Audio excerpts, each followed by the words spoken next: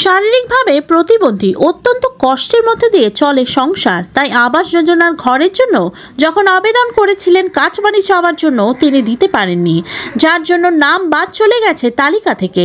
এবার এলাকায় তৃণমূলের জেলা পরিষদ সদস্য যেতেই ঘরের দাবিতে অভিযোগ তুলে পা ধরে কেঁদে ফেললেন ওই ব্যক্তি। তার অভিযোগ, নেতারা শুধু ভোটের সময় আসে, কিন্তু তারা এত দুস্থ হওয়া সত্ত্বেও কোনো সুবিধা পাচ্ছেন না সরকারের। না মিলছে ভাতা, না পেয়েছেন ঘর। এই ঘটনা সামনে আসতে তৃণমূলকে ব্যাপক আক্রমণ বিজেপির। মুখ্যমন্ত্রীর নির্দেশ অনুযায়ী প্রত্যেক এলাকায় ঘুরছি, দুস্থদের পরিস্থিতি দেখছি, তারা যাতে পায় প্রশাসনে কথা বলবো সাফাই তৃণমূলের জেলা পরিষদ সদস্যের।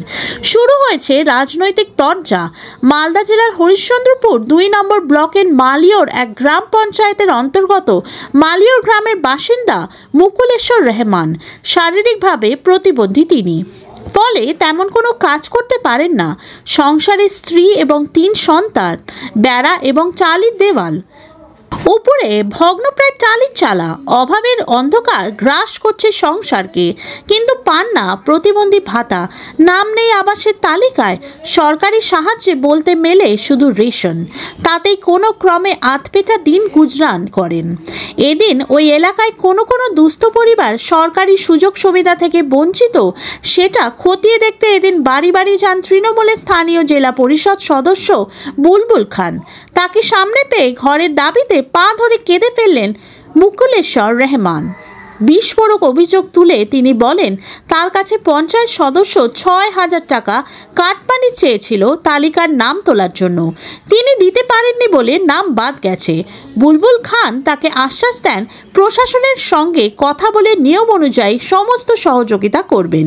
এদিকে এই ঘটনা সামনে আসতে বিজেপির অভিযোগ আবার প্লাস নিয়ে যে ব্যাপক দুর্নীতি এবং স্বজন পোষণ হয়েছে সেটা বারবার প্রমাণিত। তৃণমূল নেতাদের আত্মীয়দের নাম রয়েছে তালিকায়, কিন্তু এরকম দুস্থ মানুষরা বাদ গেছে, আর এখন তৃণমূল নাটক করছে।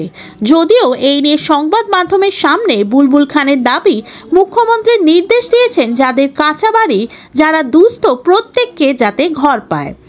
তাই তিনি এলাকায় এসেছেন। তারা জনপ্রতিনিধি মানুষ, তাদের কাছে দাবি করবেন। কিছু জায়গায় ভুল ভ্রান্তি হতে পারে, তিনি প্রশাসনিক মহলে কথা বলবেন দুস্থরা যাতে এভাবে বঞ্চিত না থাকে। এমন দৃশ্য সামনে আসতেই শুরু হয়েছে রাজনৈতিক তরজা। করে দেবো, দেখে নিচ্ছি কি করে করা যায় না করা যায়।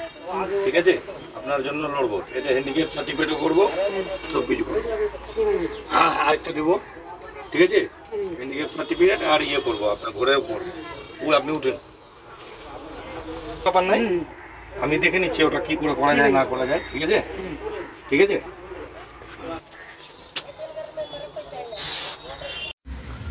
দেখুন, একটা জনপ্রতিনিধির প্রথম কাজ হলো যে আবাস যোজনার তালিকা প্রকাশিত হওয়ার পূর্বে বাড়ি বাড়ি গিয়ে দেখা যে কারা বাড়ি পাওয়ার আসল যোগ্য এবং কারা যোগ্য নয়। কিন্তু এই ক্ষেত্রে দেখা গেছে কি, আবাস যোজনার তালিকা প্রকাশিত হওয়ার পরে দেখা গেছে বেশিরভাগই তৃণমূলের প্রধান, উপপ্রধান, তৃণমূলের যারা কর্মী, নেতার যারা সাগরেতরা আছে, নেতার যারা আত্মীয় স্বজনরা আছে, স্বজন পোষণের লোক যারা আছে, তাদেরই তালিকায় ভর্তি আছে নাম। কিন্তু যারা যোগ্য ব্যক্তি, যারা পাওয়ার যোগ্য প্রধানমন্ত্রী আবাস যোজনা, তারা সবাই বঞ্চিত। এখন নাটক চলছে। একজন জনপ্রতিনিধির নাম তালিকা, ঘরের তালিকা প্রকাশিত হওয়ার পরে গিয়ে বাড়ি গিয়ে দেখছে যে ঘরের নাম এসছে কিনা। এটা তো নাটক ছাড়ার কিছু নাই, সাধারণ মানুষও বুঝছে। আর তাছাড়া একটা জনপ্রতিনিধির পা ধরতে হবে সাধারণ মানুষকে ঘরে নাম আনার জন্য, নথিভুক্ত করাবার জন্য। এই তো লজ্জাজনক ব্যাপার। কোন রাজ্যে বসবাস করছি আমরা? মাননীয় কি দেখতে পাচ্ছেন না যে ওনাদের জনপ্রতিনিধি বাড়ি যাচ্ছে আর জনসাধারণ ওনাদের পা ধরে পড়ে যাচ্ছে?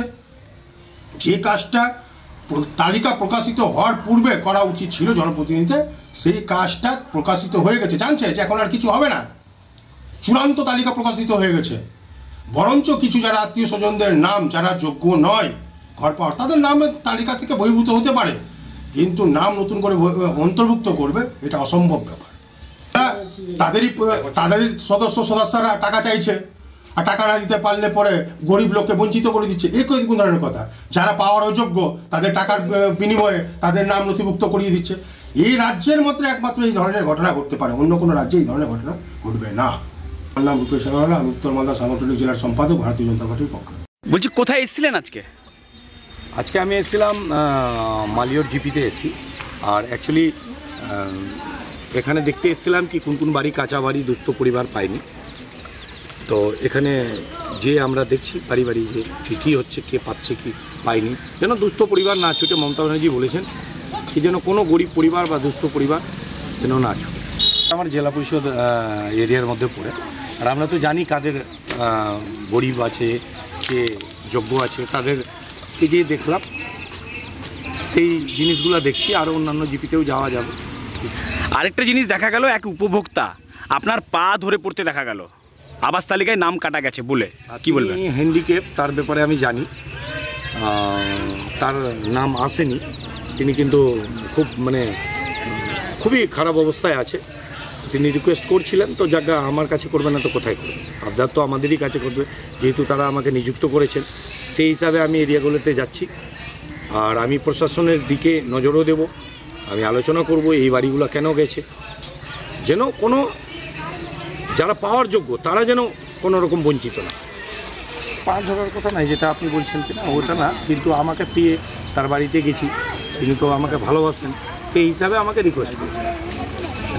এটা নিয়ে কি বলবেন আপনি? দেখুন, এটা নিয়ে কিছু কিছু জায়গায় হয়েছে, তার নিয়ে আমার কিছু বলার নেই। কেউ যদি পাই গভর্নমেন্টের ফ্যাসিলিটি, সেটা নিয়ে আমি কিছু কমেন্ট করব না।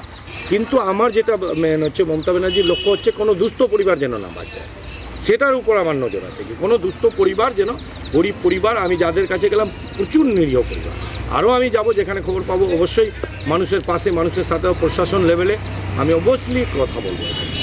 গরিব মানুষরা বারবার অভিযোগ করে যে আমরা বঞ্চিত হয়েছি আবাস তালিকা থেকে, আর যাদের পাকা বাড়ি তারাই বাড়ি পাচ্ছে। তো এটা কি ঠিক? দেখুন, কিছু কিছু জায়গায় হয়েছে, না হওয়ার নেই, সেটা হতেই পারে। কেন কি হাজার হাজার ঘর মমতা ব্যানার্জি দিচ্ছে। তবে দিদি এগুলাকে নজরে রেখেছে, এগুলা হবেই।